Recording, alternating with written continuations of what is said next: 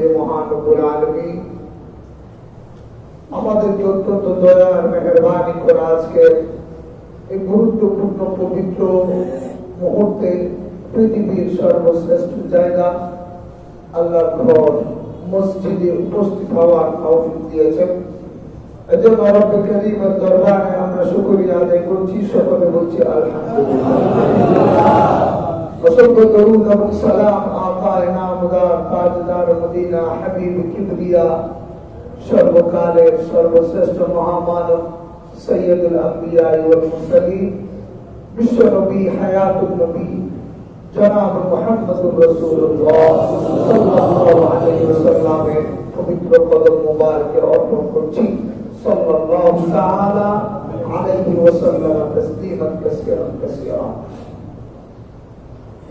আজকেও বিচ্ছিন্ন একটি ইস্যু নিয়ে আপনাদের সামনে কথা বলার চেষ্টা করব ইনশাআল্লাহ তাআলা।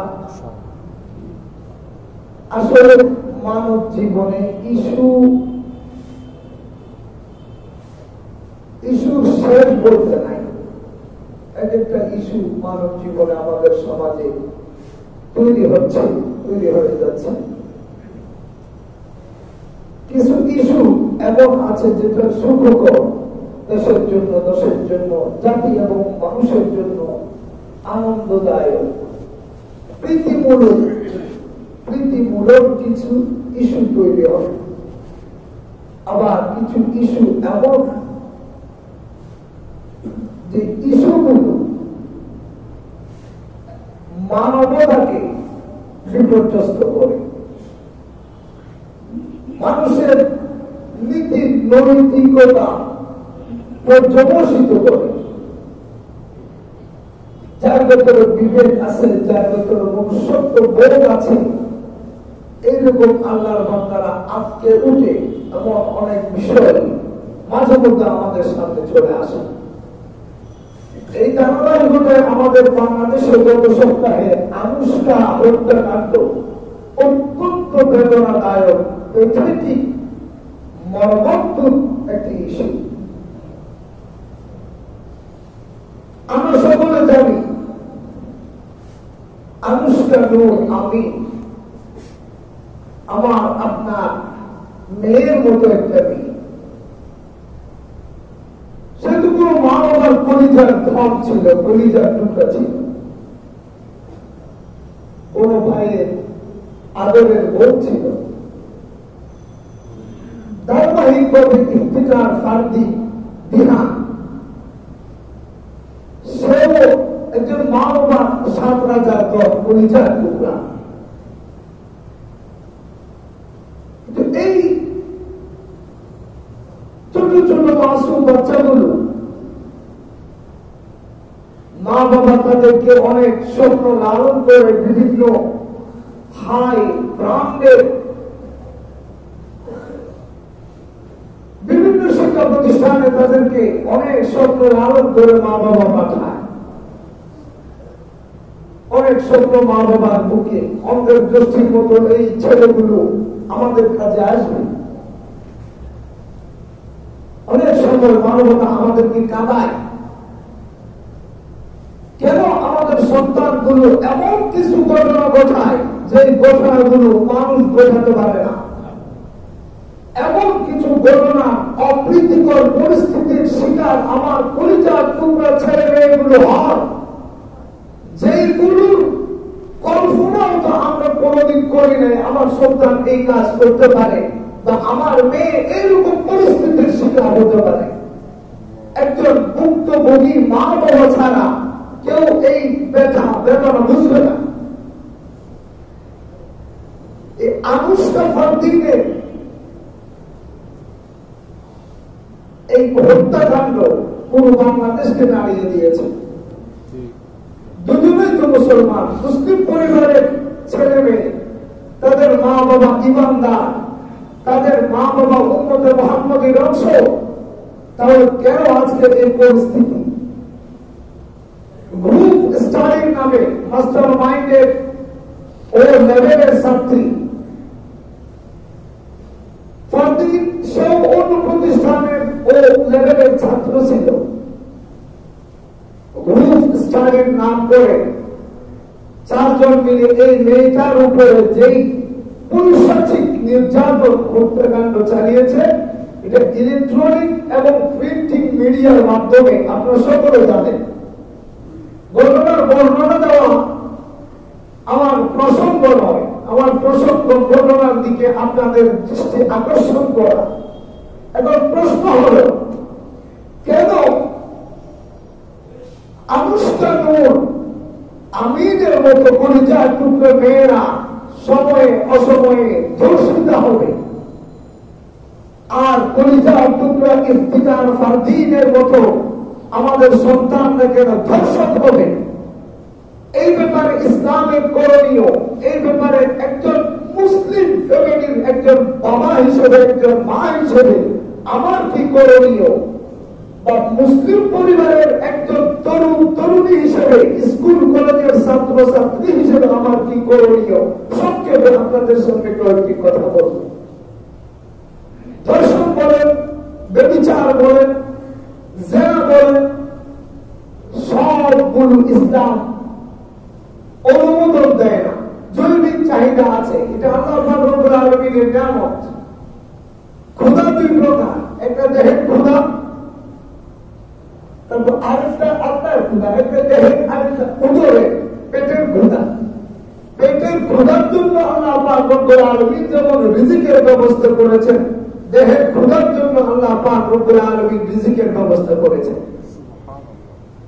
আপনি দেখেন, পেটের ক্ষুধা নিবারণের জন্য এমন কিছু খাবার আল্লাহ পাক রব্বুল আলামিন তৈরি করেছেন যেগুলো আমাদের জন্য হালাল।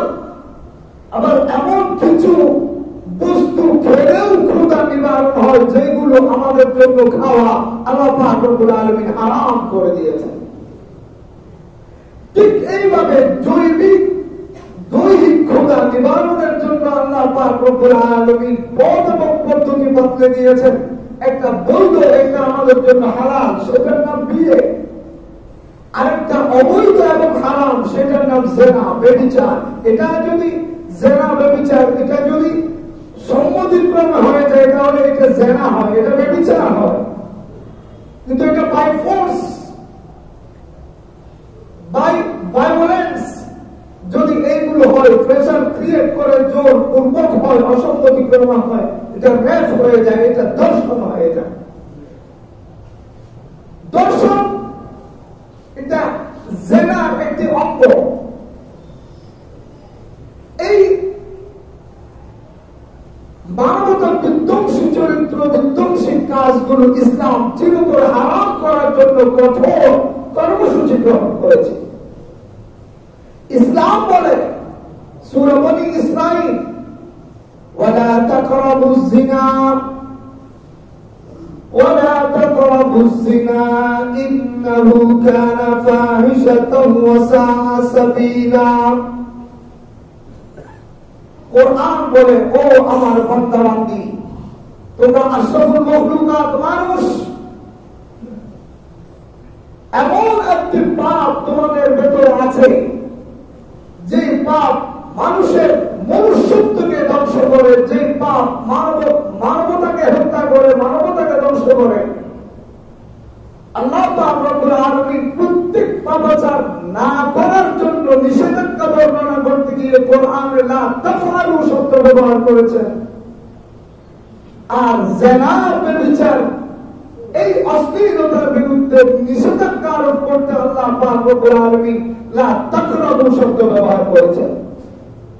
লা তাফআলু মানে করবে না, আর লা তাকরাবু মানে করা তো দূরের কথা, ধারে কাছেও যাবে না। সমস্ত পাপাচারের বেলায় আল্লাহ পাক রব্বুল আলামিন বলেছেন লা তাফআলু, এই কাজটা করবে না, এটা হারাম, এটা গুনাহ। কিন্তু যারা ব্যভিচারের ব্যাপারে এত মারাত্মক মানবতা বিধ্বংসী এমন একটি অনৈতিক কদর্য কাজ, জেনা ব্যভিচার, অবৈধভাবে ফ্রি, অবৈধভাবে সেক্সুয়াল টেন্ডেন্সি মেইনটেইন করা, অবৈধভাবে শারীরিক মেলামেশা করা, আল্লাহর কাছে এত ঘৃণিত, এত কদর্য। আল্লাহ পাক রব্বুল আলামিন জেনা ব্যভিচারের নিষেধাজ্ঞা বর্ণনায় লা তাফআলু বলেন নাই, তোমরা জেনা করবে না, এটা আল্লাহ বলেন নাই। অবাধ মেলামেশা তোমরা করবে না, এটা আল্লাহ বলেন নাই। আল্লাহ পাক রব্বুল আলামিন বলেন ওয়ালা তাকরাবুজ জিনা, করা তো দূরের কথা, জেনা ব্যভিচারের ধারে কাছেও যাবে না। সুবহানাল্লাহ। কেন এত কঠোর নিষেধাজ্ঞা? কেন? কারণ এই পাপাচার, এই অবৈধ কাজটি একজন সোনালী মানুষকে দীর্ঘদিন জানোয়ারে পরিণত করে, একজন মানুষকে অমানুষে পরিণত করে, একজন জান্নাতের মেহমানকে জাহান্নামের কীট বানিয়ে দেবে। এজন্য আল্লাহ পাক রব্বুল আলামিন বলেন ওয়ালা তাকরাবুজ জিনা ওয়ালা তাকরাবুজ জিনা ইন্নাহু কানা ফাহিশাতান ওয়া সাআ সাবিলা। ও দুনিয়ার মানুষ, লা তাকরাবুজ জিনা, জিনার ধারে কাছেও যাবে না। তোমার দৈহিক চাহিদা, তোমার দৈহিক ক্ষুধা তোমার ভেতরে তৈরি হয়েছে, বিয়ে করে ফেলো। বিয়ের সাথে এস্টাবলিশমেন্টের কোন সম্পর্ক নাই, বিয়ের সাথে ক্যারিয়ার ডেভেলপ করার কোন সম্পর্ক নাই, বিয়ের সাথে দৈহিক চাহিদার সম্পর্ক, দৈহিক ক্ষুধার সম্পর্ক। আমার পেটের ভেতরে যখন ক্ষুধা তৈরি হয়, আমার যখন লাঞ্চের সময় হয় তখন সময় মতো লাঞ্চ করি, আমার ডিনারের সময় হবে সময় মতো ডিনার করি, ব্রেকফাস্ট আর নাস্তার সময় হবে সময় মতো নাস্তা করি। না করলে আমার ফ্যামিলি আমাকে ফোর্স করে, আমাকে শাসায় যে সময় মতো খাবার দাবার না করলে শরীর ঠিক থাকে না। আমি আপনাদেরকে বলতে চাই, সময় মতো বিয়ে না করলে ঈমান এবং চরিত্র ঠিক থাকে না।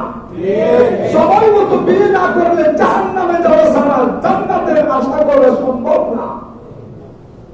আল্লাহ পাক রব্বুল আলামিন বলে দিয়েছেন, তোমাদের যৌবন তোমাদের শরীরে আসছে, জৈবিক চাহিদা পূরণ করবা, আমি আল্লাহ তোমাদের হালাল রিজিকের ব্যবস্থা করে দিয়েছি, সেটার নাম বিয়ে।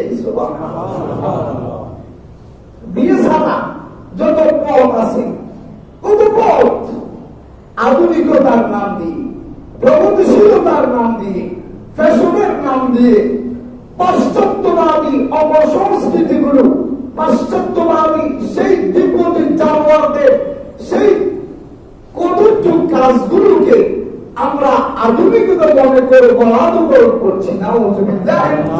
ফ্রি সেক্সিং, ফ্রি মিক্সিং, এটা আসলে কখনো মানুষের জন্য না, এটা গরু ছাগলের জন্য, কুকুরের জন্য, শিকারের জন্য। অবাধ মেলামেশা করে একমাত্র তারাই যাদের ভেতরে মানবতা নাই। জেনা ব্যভিচার এত নক্কারজনক ঘৃণিত ব্যাপার, এর জন্য শাখা প্রশাখা আছে। আধুনিক তথাকথিত সেই পাশ্চাত্য সমাজ আমাদেরকে কি উপহার দিচ্ছে। আমাদের আজকের এই আনুষ্কা আমি নূর, তাকে যেভাবে যত পদ্ধতিতে তাকে অত্যাচার করা হয়েছে, সবগুলো পাশ্চাত্যের সেই করা কৌশলগুলো তার উপর অ্যাপ্লাই করা হয়েছে। ফরেন্সিক রিপোর্ট থেকে শুরু করে, ময়না তদন্ত থেকে শুরু করে, আপনারা ভিডিওর মাধ্যমে, অডিওর মাধ্যমে আপনারা দেখেছেন কত কত লোক ধর্ষণ নির্যাতন তার উপর করা হয়েছে। এমন কাজ এটা যেটা পশুরাও করে না। অবৈধভাবে নিজের দৈহিক চাহিদা পূরণ করতে তথাকথিত কিছু মানুষ নেবেন জানোয়ার এমন কিছু কাজ করে যে কাজ পশুরাও করে না। যেমন নারীতে নারীতে মেলামেশা, পুরুষে পুরুষে মেলামেশা, এটা আপনি কুকুর, বিড়াল, গরু, ছাগলের মধ্যে দেখছেন? পুরুষে পুরুষে বিয়ে দেখছেন? নারীতে নারীতে বিয়ে দেখছেন? যেটা জেনা, সেটার নাম সেক্স। পুরুষে পুরুষে নারীতে নারীতে যেটা অবৈধ মেলামেশা, সেটাকে বলে হোমোসেক্সুয়ালিজম। এটার দুইটা ভাগ আছে, একটা নারীতে নারীতে, একটা পুরুষে পুরুষে। পুরুষে পুরুষে যদি এই নাফরমানি করে সেটাকে বলা হয় গেইজম, আর নারীতে নারীতে যদি সেটা করে সেটাকে বলা হয় লেসবিয়ানিজম।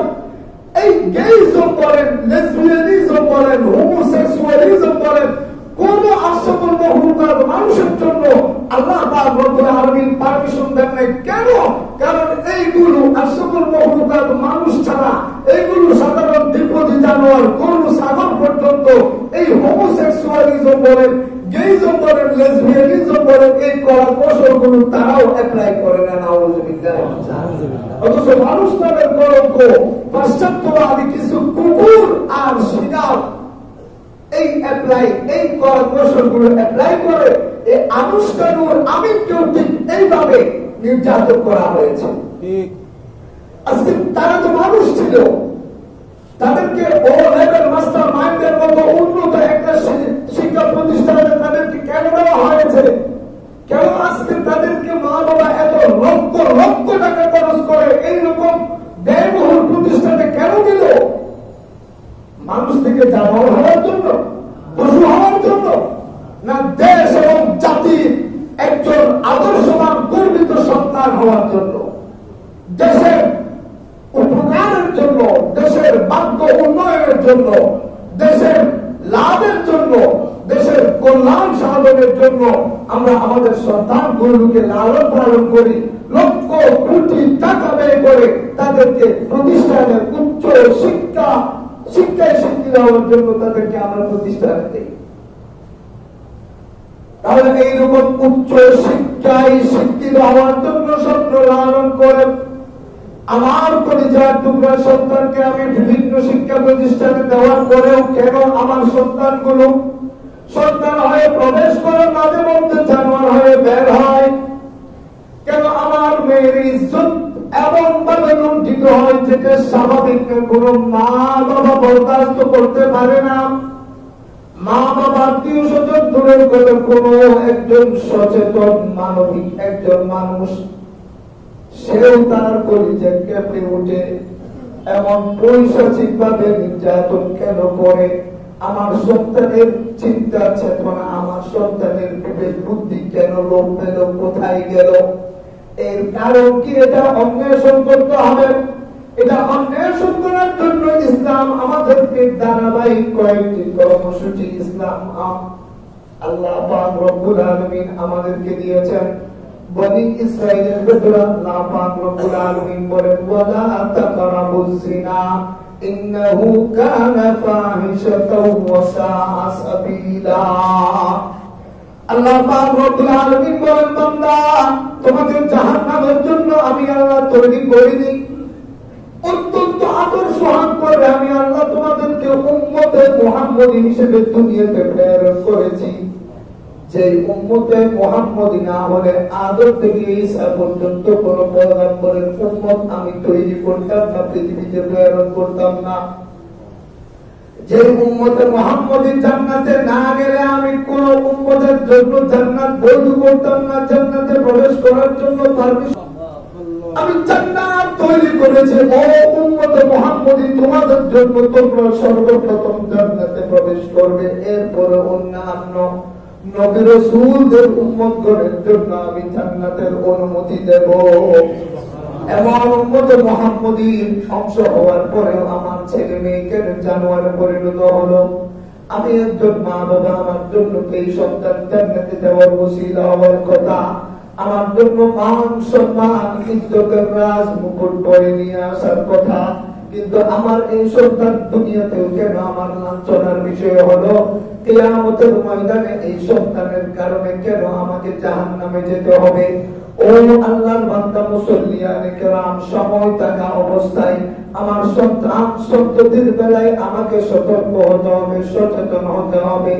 আধুনিকতা প্রগতিশীলতার নাম দিয়ে, অনলাইন প্রজন্মের নাম দিয়ে, ফেসবুক প্রজন্মের নাম দিয়ে সন্তানকে আশকারা দেওয়া যাবে না।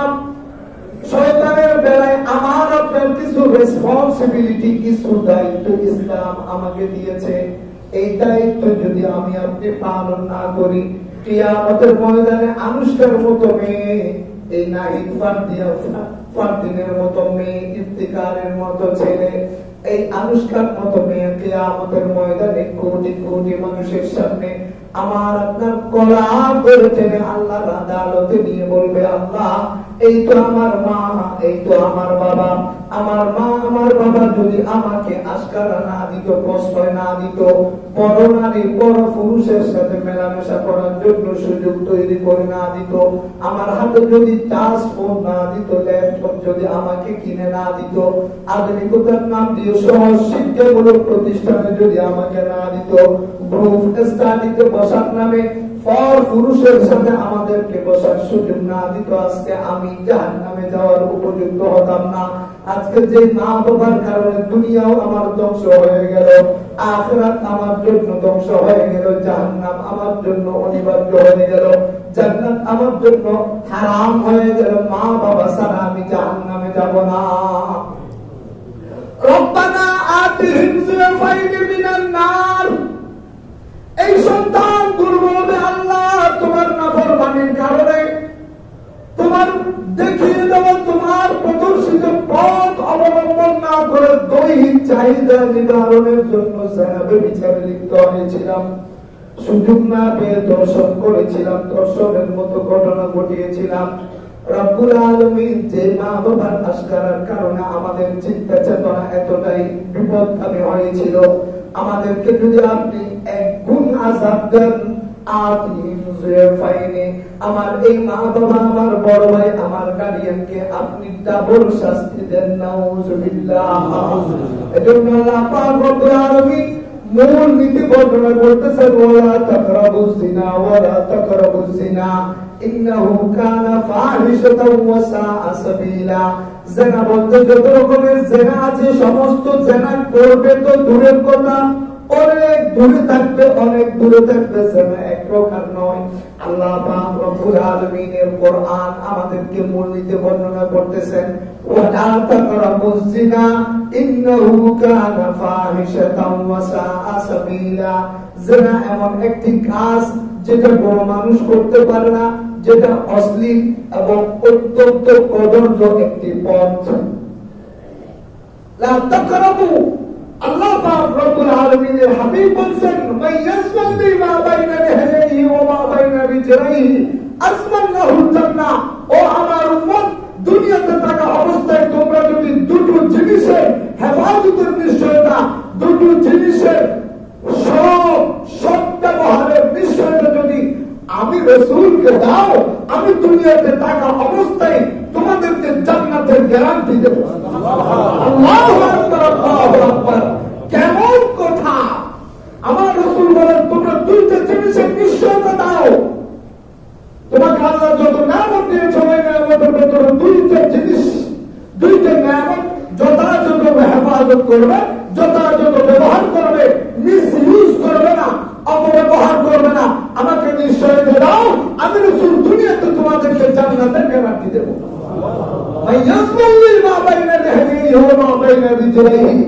এক নাম্বার হলো আমাদের এই মুখমণ্ডল, আমাদের মুখ। সব কথা বলতেছি, সময় তো নাই। এই বিষয়গুলো গতকালকে রাজগার মাদ্রাসায় বর্ণনা করেছি। এই বিষয়গুলো নিয়ে কথা বলতে মিনিমাম 2 ঘন্টা সময় লাগবে, 2 ঘন্টা। তো আপনাদেরকে সামান্য শুধু মাথায় দেওয়া কনসেপ্ট, যেটা ঢুকিয়ে দেওয়া, সেটা বিস্তারিত। এটার অনেক ঘটনা আছে, অনেক শিক্ষণীয় ঘটনা আছে, যেগুলো কোরআন আছে, তাফসীর আছে, হাদিস আছে, বলার তো সুযোগ নাই। এজন্য ভালো করে খেয়াল করবেন, জিনা এটা শুধুমাত্র ফাইনালি সেক্সুয়াল টেন্ডেন্সি মেইনটেইন করা, এটাকে জিনা বলে না। আমরা তো মনে করি জিনা বলতে এটাই অবৈধভাবে শারীরিক মেলামেশা, এটাই জিনা। এটা ফাইনাল স্টেজ, ফাইনাল স্টেজ হলো এটা। এর আগে আরো হাজারো রকমের জিনা আছে আমাদের সমাজে। আল্লাহ রাসূল সাল্লাল্লাহু আলাইহি ওয়াসাল্লাম হাদিসের মধ্যে স্পষ্ট বর্ণনা করেছেন। এজন্য আল্লাহ রাসূলও মূলনীতি বর্ণনা করতেছেন, দুইটা জিনিসের নিশ্চয়তা দাও যে তোমরা মিসইউজ করবে না। এক নম্বর মুখমণ্ডল। সংক্ষেপে বলি, এই মুখ দিয়ে, এই মুখটাকে, এই বাকস্বাধীনতাকে, এই কথা বলার নিয়ামতকে আমরা কতভাবে মিসইউজ করি। মিথ্যা সাক্ষী, মিথ্যা কথা, মানুষের ব্যাপারে সমালোচনা, নিন্দা, গীবত, অপবাদ। আমাদের এই মুখের গুনার মাধ্যমে আমাদের মুখমণ্ডলকে আমরা কতটুকু নাপাক করি, একবার আমি খেয়াল করছি। মুখমণ্ডলের গুণাগুলো না করলে আমার কেমন জানি পেটের ভাতগুলো হজম হয় না। অথচ আল্লাহ রাসূল বলেন, তোমার মুখমণ্ডল যথাযথভাবে ব্যবহার করবা, তোমার বাক স্বাধীনতা যথাযথভাবে ব্যবহার করবা, আমাকে নিশ্চয়তা দাও, আমি তোমাকে জান্নাতুল ফিরদাউসের নিশ্চয়তা দেব। ছোট্ট কথা, আমি আপনাকে পছন্দ করলাম না, এজন্য আপনার দোষ না থাকার পরে আপনার পেছনে লেগে থাকলাম, আছে না নাই? আপনার গীবত করলাম, আপনার বিরুদ্ধে মিথ্যা অপবাদ। গীবত তো হারাম, গীবত তো এমন কবিরে গুনাহ, মরা ভাইয়ের, মরা মানুষের গোশত খাওয়া যায় এরকম, তার চেয়েও মারাত্মক গুনাহ হলো গীবতের গুনাহ। অথচ এই গীবত না করলে আমার পেটের ভাত হজম হয় না। আর দোষ না থাকা সত্ত্বেও একটা দোষ চাপ লাফিয়ে অপবাদ চারদিকে প্রসার করা, এটা বহতান, এটা গীবতের চেয়েও মারাত্মক করা। আমি কোথায় আছি? আমরা মানুষ, কিন্তু মনুষ্যত্ব বোধ আমার ভেতরে নাই। আপনার বিরুদ্ধে আঙ্গুল তুলতে না পারলে আমার শান্তি নাই, আপনার সম্মান হানি করতে না পারলে শান্তি নাই। শুধু রাখুন কিয়ামতের ময়দানে যাদের হক আপনি মুখমণ্ডলের মাধ্যমে যাদের হক নষ্ট করতেছেন, দুনিয়াতে গীবতের মাধ্যমে, মিথ্যা মামলার মাধ্যমে, মিথ্যা সাক্ষীর মাধ্যমে, মিথ্যা কথার মাধ্যমে, অপবাদ সমালোচনার মাধ্যমে, গীবতের মাধ্যমে যেই আল্লাহর বান্দার হক আপনি নষ্ট করতেছেন, কিয়ামতের মধ্যে আল্লাহ পাক রব্বুল আলামিন এই হক পূরণের জন্য আমার আমলনামা থেকে সওয়াব নিয়ে তাকে দেবে। যদি আমার সওয়াব না থাকে, আমি যদি বদকার হই, তাহলে যার গীবত করেছি, যার বিরুদ্ধে মিথ্যা সমালোচনা করেছি, যাচাই বাছাই না করে যার ব্যাপারে খারাপ ধারণা অন্তর পোষণ করেছি, তার আমলনামা থেকে গুনাহ নিয়ে আমার আমলনামায় দেবে। এটা হাদিস, এটা হাদিস, এটা আল্লাহ রাসূলের কথা। কিয়ামত বিশ্বাস করেন? আল্লাহর ওয়াস্তে এই মুখের এই জবানের যত রকমের গুনাহ আছে সবগুলো বাদ দেন। কি লাভ পাই? লাভটা কি আমার বলেন না? কি লাভটা আছে? আমি আপনার সমালোচনা করলাম, কি লাভটা আছে? যার সমালোচনা করলাম তার লাভ। আর আজকে ওপেন আপনাদেরকে বলি, আমরা যারা মেহরাবে আছি, আমাদের তো সমালোচনা আছে। আপনাদেরকে ভালো করে সালাম না দিলেও হুজুর আপনাকে সালাম দেয় নাই, শুরু হয়েছে। আমরা মুসলিম, মেহরাবে আছি, আমরা মুসলিম, অথচ আমাদের ব্যাকগ্রাউন্ড অনেক উঁচু। অনেক মানুষ মনে করে হুজুর না করি, 5 টাকা 10 টাকার 50 টাকার মানুষ মনে করে। এটা আমার বিবেক, আমার চিন্তা চেতনার জন্ম ছাড়া কিছু নয়। আমাদের গর্বের বিষয় হলো একটা, সেটা হলো এই মেহরাব মদিনাতুর রাসূলের মেহরাবের সাথে লাগানো। আল্লাহর রাসূলের সেই দায়িত্ব আমরা পালন করি মেহরাবে, এটা আমাদের গর্বের বিষয়। আর যারা আমাদের পেছনে লাগে, এটা তাদের কপাল খারাপ, কপাল পোড়া। আমার রাসূলের বিরুদ্ধে মক্কার মানুষ লাগে নাই, রাসূলের কোন দোষ ছিল? তো যারা আল্লাহ রাসূলের ওয়ারিস তাদের বিরুদ্ধে লোক থাকবে। আমার ব্যক্তিগতভাবে বলি, আমাকে শুনিয়ে শুনিয়ে দেখে দেখে আমার বদনাম করবেন, আমি চা খাওয়াবো ইনশাআল্লাহ। কারণ আমার লাভ করতেছেন, আমার গীবত করা মানে আমার গুনাহ মাফ। এক আল্লাহর ওলি একজন মানুষকে মাঝে মধ্যে সময় পাইলে রাস্তা করাতে ছাড়া পাবে না। রবিয়াতুল ওলিয়া কিতাবের ভেতরে আছে এই আল্লাহর ওলির ঘটনা। এই আল্লাহর ওলির একজন মুহাব্বতের মানুষ, একজন সাগরিক একদিন হুজুরকে বলে, হুজুর আপনি কাজটা ভুল করতেছেন না, আপনি তো এই লোকটাকে চিনেন না, এই লোকটা আপনার সামনে আসসালামু আলাইকুম হুজুর, কিন্তু আপনার পেছনে গিয়ে আপনার বদনাম করা ছাড়া, আপনার গীবত করা ছাড়া, আপনার সমালোচনা করা ছাড়া এই লোকটা একটা সেকেন্ড থাকে না। আপনিও অথচ তাকে চা খাওয়ার প্রতিদিন। এই আল্লাহ বলি কত আশ্চর্যজনক উত্তর দিয়েছেন, চিন্তা করতে পারবেন। এই আল্লাহ বলি বলে, ও আমার শিষ্য শুনো, সেটা আমার বদনাম করে আমি সবচেয়ে ভালো জানি। তুমি যতটুকু জানো তার চেয়ে আমি বেশি জানি সে কোন কোন জায়গায় গিয়ে আমার গীবত করে, শিকায়ত করে, আমার বিরুদ্ধে মিথ্যে কথা বলে আমি জানি। এটা করে দিতে তাকে আমি নাস্তা করাচ্ছি, কারণ সে আমার পরম বন্ধু, সে আমার উপকার করতেছে। শিষ্য বুঝতে পারে নাই, হুজুর আপনার গীবত করতেছে, আপনার ক্ষতি হচ্ছে, মাংসপণ নষ্ট হচ্ছে, এখানে কি উপকার?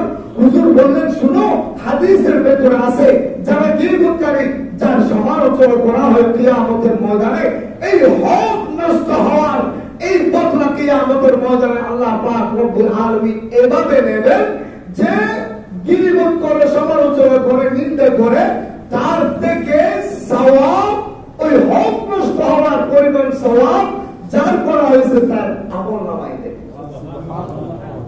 আর যদি তার দেওয়ার মতো কোন সওয়াব না থাকে, যার গীবত করা হয়েছে, সমালোচনা করা হয়েছে, মিথ্যা নিন্দা করা হয়েছে, তার থেকে গুনাহ নিয়ে ওই গীবতকারী, সমালোচনাকারীর কাজে দেওয়া হবে। তবে এই লোকটা আমার গীবত করতেছে, আমার শিকায়ত করতেছে, তাহলে আমার গুনাহ হচ্ছে, আমার আমলনামা থেকে গুনাহ তার কাছে যাচ্ছে, তার কাছ থেকে সওয়াব আমার কাছে চলে আসছে, তাহলে সেটা আমার উপকারেই করতেছে, আমার লাভে করতেছে। তাহলে চান আর তারে আবার আমি নিয়ে গ্রিল কামানো দরকার। আলহামদুলিল্লাহ, আমাদের গীবত করবেন, শিকায়ত করবেন, আল্লাহর কোনো সমস্যা নাই। আমি যদি কাউকে দেখি তাকে নাস্তা খাওয়াবো, ইনশাআল্লাহ মসজিদ ওয়াদা করতেছি, করবেন সমালোচনা। রিজিকের মালিক চাকরি নয়, রিজিকের মালিক আমার আল্লাহ।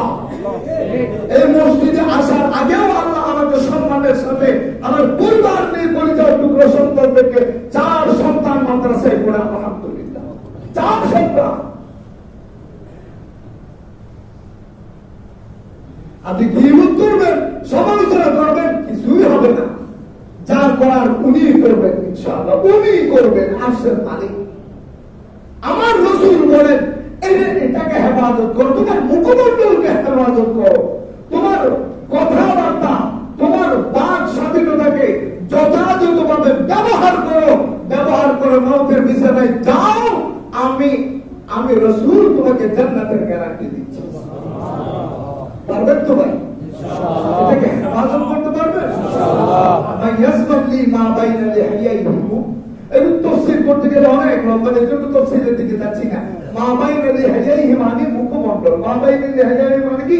মুখমণ্ডল। ওয়া মা বাইনা রিজলাইহি, আমার রাসূল বলেন ওয়া মা বাইনা রিজলাইহি, 2 রানের মাঝখানে যে অঙ্গ আছে, 2 রানের মাঝখানে, 2 পায়ের মাঝখানে রিজলুন, রিজলুন রার নিচে জের, রিজলুন মানে পা, আবার রার উপরে জের, রাজুলুন মানে পুরুষ। রিজলুন মা বাইনা রিজলাইহি, 2 পায়ের মাঝখানে যে অঙ্গ আছে এটাকে হেফাজত করো, অর্থাৎ তোমার সতীত্ব, তোমার বাজিনিটি রক্ষা করো, তোমার চরিত্র রক্ষা করে যদি মওতের বিছানায় যাও, তার আগে আমি রাহমাতুল লিল আলামিন তোমাকে জান্নাতের গ্যারান্টি দিচ্ছি। ও যুবক, আমি আমার যুবক মুসল্লিদেরকে, তরুণ যুবক মুসল্লিদেরকে আমি তাদের আপনাদের পায়ে হাত রেখে অনুরোধ করব, জানা যখন করবে, জানা করার জন্য যখন মনের ভেতরে চিন্তা আসবে, 30 মিনিটের এনজয়মেন্টে তথাকথিত এই আনন্দের বিনিময়ে এটা যদি কোরবান করতে পারি, আমার রাসূল জান্নাতের গ্যারান্টি দিচ্ছেন আমাকে। একদিকে 30 মিনিটের এই তথাকথিত এনজয়মেন্টকে রাখবেন, আরেক পাল্লায় জান্নাতকে রাখবেন, যেটা আপনার কাছে দামি মনে হবে সেটাই করবেন। আল্লাহ রাসূল সাল্লাল্লাহু আলাইহি ওয়াসাল্লাম বলেন আল আইনানে জানাহুমান নাজরু। আমি হাদিসের তরজমাটা বলবো, তাফসীর করব না। আল আইনানে জানাহুমান নাজরু, ও আমার উম্মত শুনো শুনো শুনো, চোখের জানা হলো বেগানা নারী পুরুষের দিকে দেখা। এই আনুষ্কা আর ইফতিকার ফাতিমের এই ঘটনা একদিনের নয়, সহশিক্ষার ভেতরে আমার ছেলে আমার মেয়ে অবাধভাবে এক জায়গায় বসে পড়ে, গ্রুপ স্টাডির নামে পড়ে, কোনো পর্দা নাই, কোনো মুর্শিদা নাই, লেহাজ নাই, হেজাব নাই, নেকাব নাই, কিচ্ছু নাই। আমার ছেলে, আমার প্রাপ্তবয়স্ক যুবক আপনার প্রাপ্তবয়স্কা মেয়েকে দেখে, আপনার প্রাপ্তবয়স্কা ছেলে আমার কলিজার মেয়েকে দেখে গ্রুপ স্টাডির নামে 4-5 জন গ্রুপ করে অবাধভাবে বসে পড়ে কিনা, চোখের জানা হচ্ছে কিনা, রাস্তাঘাটে যাওয়ার সময় বেগানা পুরুষের দিকে তাকানো, বেগানা নারীর দিকে তাকানো। আল্লাহ রাসূল বলেন আল আইনানে জানাহুমান নাজরু, চোখের জানা হলো কামুক দৃষ্টি দিয়ে বেগানা নারী পুরুষের দিকে দেখা। এই যারা বর্তমান সমাজে আছে না নাই? বিয়ে শাদীর ভেতরে আছে না নাই? আমার বিবি, আমার প্রাপ্তবয়স্ক বোন, আমার যুবতী মেয়েকে দেদাসে লেহেঙ্গা টেহেঙ্গা হাবি জাবি পরাই ক্লাবের ভেতরে ও ফ্যান ঘুরে ফেরার জন্য পারমিশন দিয়েছে। আমি দায়ুস, আমার জন্য জান্নাত হারাম। আল্লাহ রাসূল ঘোষণা দিয়েছেন যে তার ফ্যামিলির প্রাপ্তবয়স্ক নারীদেরকে হেফাজত করে না, ফ্যামিলির ছেলে মেয়ে, ফ্যামিলির মেম্বারের মাধ্যমে শরীয়ত বিরোধী কাজ হওয়ার পরেও শাসন করে না, আমার রাসূল বলে সে দায়ুস, আর এই দায়ুসের জন্য জান্নাত চিরতরে হারাম। আধুনিকতা, ফ্যাশন, প্রগতিশীলতা, এইগুলো কি আমাকে জান্নাতে নিয়ে যাবে? আমার রাসূলের চেয়ে আধুনিক, আমার রাসূলের চেয়ে মডার্ন পারসনস আল্লাহর এই জমিনে সৃষ্টি জগতের ভেতরে দ্বিতীয় আর কেউ না। যেটা মানবতার জন্য কল্যাণকর আমার রাসূল দেখিয়ে দিয়েছেন, আর যেটা মানবতার জন্য কল্যাণকর ক্ষতি সাধনকারী সেটার ব্যাপারে আমার রাসূল সতর্ক করেছেন। আমার রাসূল বলেন আল উযনানে জানাহুমাল ইস্তিমা, কানের জানা হলো, কানের জানা হলো শোনা, ইয়ারফোন দিয়ে গান শোনা, ইয়ারফোন দিয়ে অশ্লীল কথাবার্তা শোনা, ইয়ারফোন দিয়ে বয়ফ্রেন্ড গার্লফ্রেন্ডের নাম দিয়ে পরস্পর কথাবার্তা প্রেমালাপ রসালাপ শোনা। কানের জানা, কানের জানা, কানের জানা আমাদের সমাজে আছে না নাই? ওয়ালিসানু জানাহুল কালাম, মুখের জানা হলো অশ্লীল কথা বলা, অশ্লীল কথা বলা, পরনারী পর পুরুষকে আই মিস ইউ বলা, আই লাভ ইউ বলা, বলে না? কথা বলেন না কেন? রাগ করতেছেন? আমি তো হাদিসের তর্জমা করতেছি, ব্যাখ্যা গেলে ঘন্টার পর ঘন্টা চলে যাবে, সময় নাই, সময় নাই। ওয়ালিসানু জানাহুল কালাম, বেগানা নারীকে আকৃষ্ট করার জন্য আফু বসেন, দাবি বসেন, হারাম, হারাম এগুলা। কাস্টমার আসবে ওয়াকুল্লা কাওলান মারুফা, কাস্টমার আসবে সংযত ভাষা প্রয়োগ করবেন, এমন ভাষা প্রয়োগ করবেন যে ভাষার ভেতরে ফিতনার কোনো গন্ধ থাকবে না। অনেক মানুষ গিয়ে ভাইয়া এই প্রোডাক্টটা আছে, ভাইয়া এমন ভাবে ক্লাসিক্যাল টোন দিয়ে বলে এই যুবক পায়ের কলিজাটা ভেঙে চুরমার হয়ে যায়। আছে না নাই? আল্লাহর ওয়াস্তে আজকে পারবো না, আজকে শেষ করতে পারবো না, ইনশাআল্লাহ তাআলা আগামী জুমার পরবর্তী কিস্তি ইনশাআল্লাহ বলবো। কারণ বলার কারণটা একটাই, আমার একটা যুবক যদি দাঁড়িয়ে যায়, একটা যুবকের চোখ যদি নষ্ট ঠিক হয়ে যায়, আমার এক যুবক ভাইয়ের এই বাক স্বাধীনতার কথা আমার যদি শুদ্ধ হয়ে যায়, কান যদি শুদ্ধ হয়ে যায়, কিয়ামতের ময়দানে এই ভাইকে আল্লাহর দরবারে আমি দাঁড়িয়ে বলবো, আল্লাহ আমার ওয়াজের মাধ্যমে কথার মাধ্যমে এই ভাই হেদায়েত পেয়েছে, আমার তো গুনাহ এই ওসিলায় আপনি জান্নাত দেন। আল্লাহ, আমার স্বপ্ন একটা শুধু সেটাই যে আমি তো গুনাহগার, আমার গুনাহ আপনারা দেখছেন না, আমি দেখছি। লম্বা লম্বা ওয়াজ করলাম, কিন্তু আমার ভেতরে আমল না থাকলে এই ওয়াজের কোনো দাম নাই। এই জন্য আমি বারবার আপনাদেরকে বলি, আমাদের সমালোচনা করবেন, আমাদের কি করবেন, অসুবিধা নাই, তবে আমাদের দোষগুলো শুনলে, শোনার পরে ওপেনলি এসে যদি একটু বলেন, হুজুর আপনার ব্যাপারে এরকম একটা জিনিস, আপনার হুজুরের ব্যাপারে আমার এটা ওভার অল প্রতিটি সমাজের কথা বলতেছি। আলহামদুলিল্লাহ, আপনাদেরকে খুশি করার জন্য না, আমার এই মসজিদে এইরকম বদভ্যাসের লোক কম। আলহামদুলিল্লাহ বলেন, আর জোরে বলুন আলহামদুলিল্লাহ। হাতে গুলো করে কেউ থাকবে, এটা ডাজন্ট ম্যাটার, এটা থাকবে, কিন্তু মেজরিটি শুড বি গ্রান্টেড। আল্লাহ রাসূল সাল্লাল্লাহু আলাইহি ওয়াসাল্লাম পর্যন্ত শোনার কথাই এমন কঠিন একটা যুদ্ধের সিদ্ধান্ত নিয়েছিল, আল্লাহ পাক রব্বুল আলামিন সাথে সাথে আয়াত নাযিল করলেন, ইয়া আইয়ুহাল্লাযীনা আমানু ইন জাআকুম ফাসিকুম বিনবাইন ফাতাবায়ানু। একটা খবর পাওয়া মাত্র দৌড় দিও না, এই খবরের পেছনে কি আছে নাই এটা যাচাই বাছাই করো। আমরা তো কান কথা বেশি শুনি, কান কথা বিশ্বাস করি না, কান কথা শুনলে আপনার কপালে খারাপই আছে। কান কথা শুনবেন না, যাচাই বাছাই করবেন। আপনার ছেলের ব্যাপারে শুনলেন, আপনার মেয়ের ব্যাপারে শুনলেন, আপনার বিবির ব্যাপারে শুনলেন, এই কান কথার মাধ্যমে অনেক সংসার নষ্ট হয়ে যাচ্ছে। আছে না নাই? আছে।